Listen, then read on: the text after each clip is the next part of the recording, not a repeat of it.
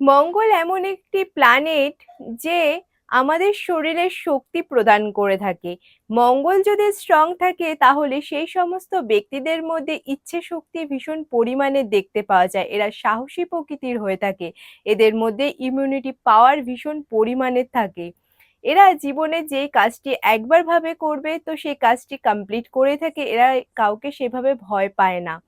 তবে মঙ্গল যদি দুর্বল থাকে তাহলে কিন্তু এর বিপরীতটিই হবে।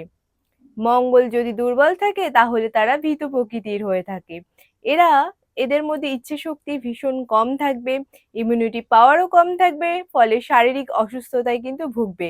মঙ্গল স্ট্রং হলে এরা কিন্তু জীবনে প্রচুর উন্নতি করতে পারে নিজের দক্ষতায়। আর মঙ্গল যদি দুর্বল থাকে সেই ক্ষেত্রে কিন্তু এদের ইচ্ছেশক্তিই থাকবে না কিছু করবার, জীবনে উন্নতি লাভ করবার।